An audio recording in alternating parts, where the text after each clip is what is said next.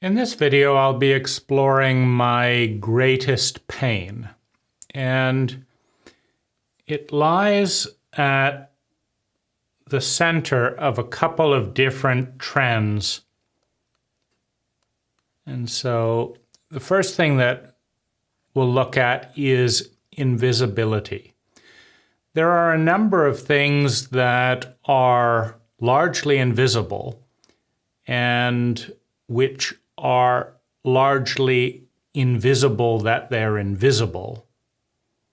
And so the feelings and responses to that invisibility are also invisible. So one of the problems when you get caught in an invisibility spiral is that the center, that is the blind spot, which connects ultimately to everything else, just keeps getting bigger and bigger. The blind spot spirals out, covering more and more area, because this core here at the center, when that's not seen, what isn't seen has impact. It has impact, and not seeing it has impact. And not seeing that one is not seeing also has impact. It's as if you have a bullet that's flying towards you and it's in a blind spot. And because the bullet's in a blind spot, there's no effort to avoid it. That's the first consequence. Now, because there's no effort to avoid it and it's in a blind spot, the bullet makes contact. Now, because the bullet was invisible, the wound is invisible. Because the wound is invisible, the blood is invisible. Because the blood is invisible, there's no medical treatment. Because there's no medical treatment, the wound gets bigger. Because the wound keeps getting bigger and no one's responding, there's trauma. Because trauma's invisible, and the implications of trauma are invisible, there's a deepening blind spot. The implications, the reactions get misinterpreted. And then the reactions to the misinterpreted reactions get misinterpreted. And so what starts out as a very small thing gets bigger and bigger and bigger, and like a snowball,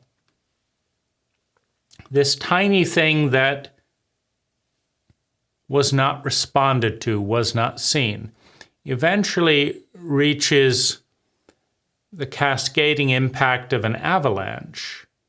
And in and of itself, the sheer impact of blindness is as a traumatic event. So there are a number of these kernels that have been getting bigger and bigger and bigger and bigger, that have never been spoken, that have never been seen, that have never been honored and responded to. One is complex PTSD from sustained traumatic abuse as a child. So the abuse wasn't seen.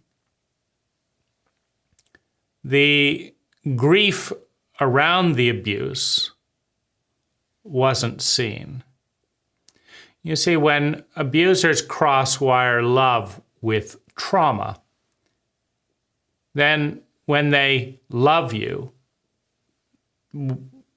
it's unreasonable to have a reaction. And so there is no reaction to the reaction.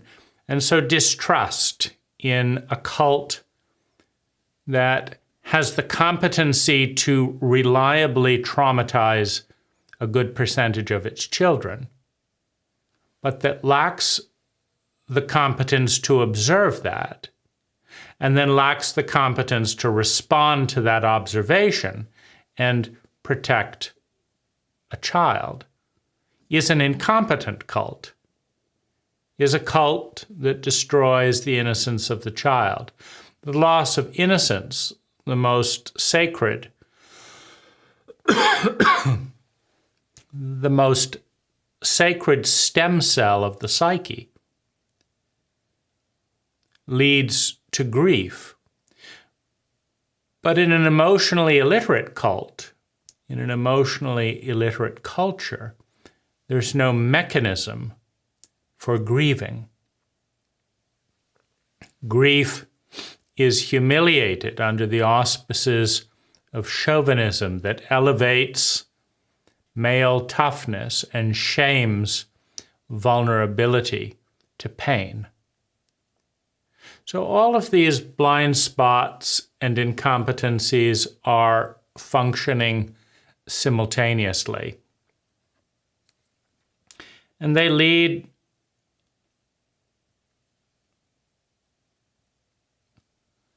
to a snowstorm, to a pain that gets so big that the empathic brain is crushed under the frozen weight and becomes reptilian, becomes sociopathic. The brain that is designed to survive in a sociopathic environment. The loss of humanity, the greatest loss of all, is not grieved because it is invisible. Meaning, as I descend into the depths of the reptilian brain, that descent is marked with studied silence and indifference. The greatest pain of a human being, invisible to the giants that stand around the young boy, too incompetent to see, too cowardly to respond, unwilling to empathize with the howling loneliness as a child descends into madness, into loneliness, into the manipulative coping strategies that we learn, that we deify in a reptilian paradigm to survive the sociopathic elements in our culture. Now, so that's one angle. And the wound has never been articulated. It has never been witnessed. It has never been honored, and it has never been loved. That leaves a gaping hole. The other wound, then, is the idea that the synthetic, that the adaptive personality, the manipulative coping mechanisms that become the dominant operating system to replace the fallen human being, the falling empathic area of the brain, are expected to some extent deified and are treated as if they always were the self, that they always were the person. In a sense, the burial of the authentic, empathic self is replaced with a figurine, and everyone treats that figurine as the self. No one laments the loss of the human. This is happening in a numb state. And it's very, very difficult to go home. It's very difficult to go back. This is finally covered by a barrage of cult camouflage. The dogma and doctrine of keeping busy, the lies that money can erase these scars, the pretense of success. You're such a successful person. You're so smart. You're doing so well. With a willful turning away from asking actual questions. You see, because the cult never inquires. I've never gotten a questionnaire. The cult never inquires. How are you doing? How are you feeling? What's trending up and what's trending down? Because these would lift the first veil of the blind spot, which is the delusion that we know, the delusion that the projections are correct. You see, once the veil is lifted, once the first layer of the cultural wound is lifted, and it becomes clear that we do not know, then that opens up Pandora's box on the foundations of the cult. Because once we admit that we don't know, we either have to acknowledge our sociopathic instinct, or we must have the humility to begin to know.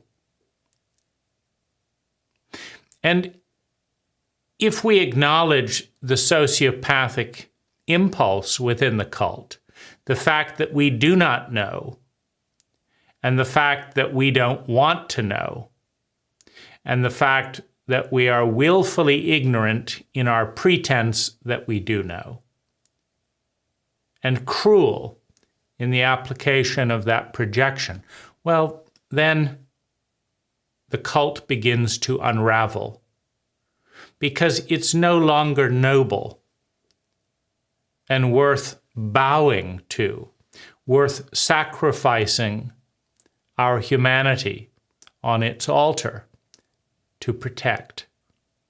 On the other hand, if we start asking the questions to fill the void of now recognized ignorance, and say, how do you feel about this?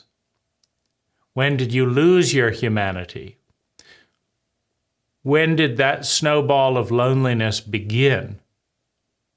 Well, then the cult slowly unravels in its chronic blindness and cruelty from day one, as layer upon layer of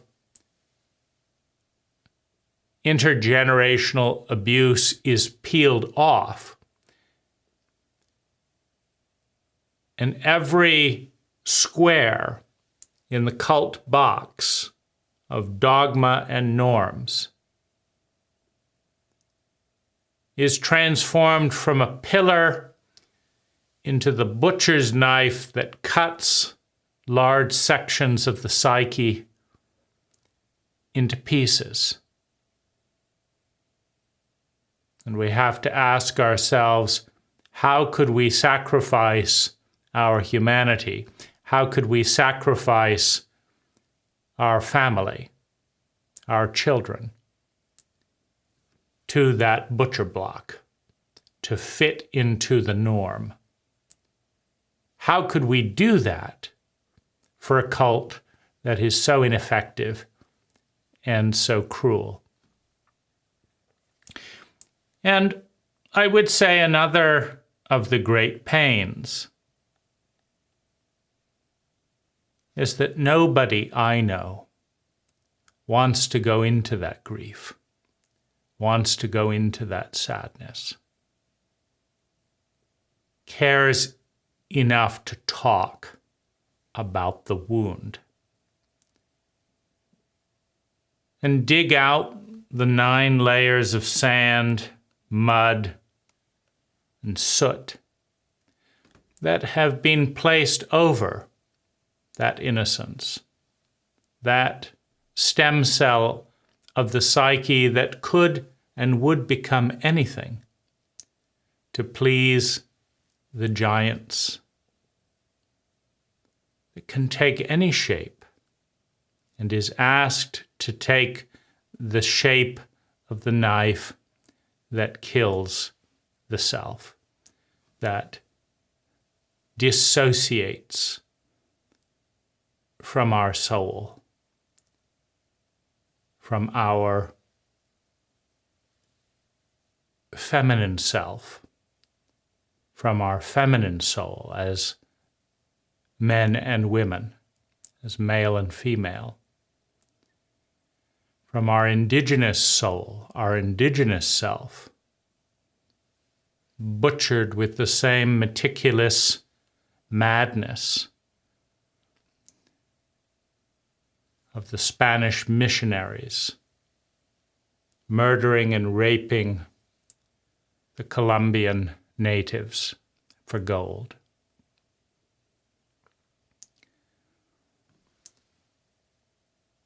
This wound is here. I want to see people weeping in the acknowledgement of what has been lost.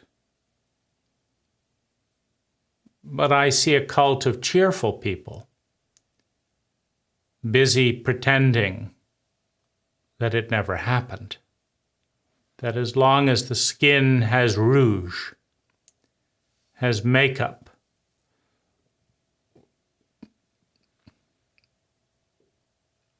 and gold ornaments, that everything on the inside does not matter. Humiliated as I was as this wound formed,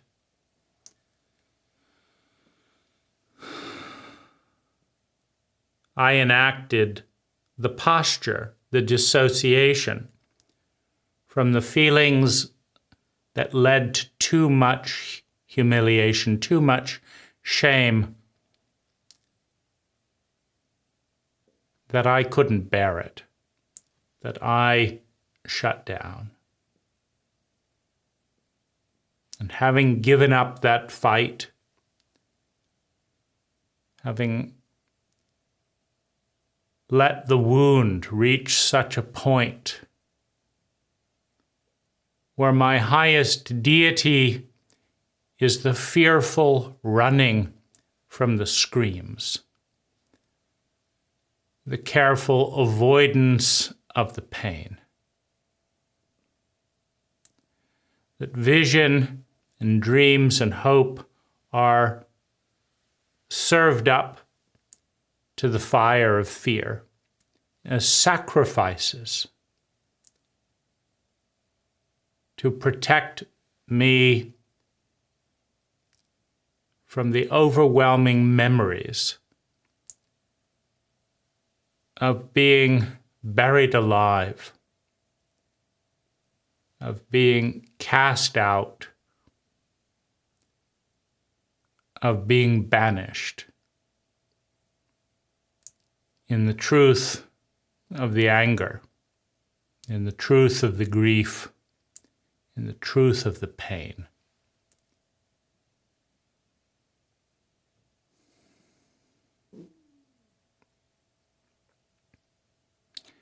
I long to find an adult, someone not afraid of death, who will go into this pain.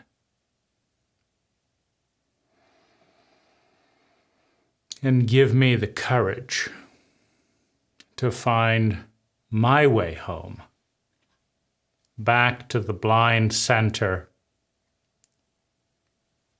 that I gave up to protect parents who were too frightened to see.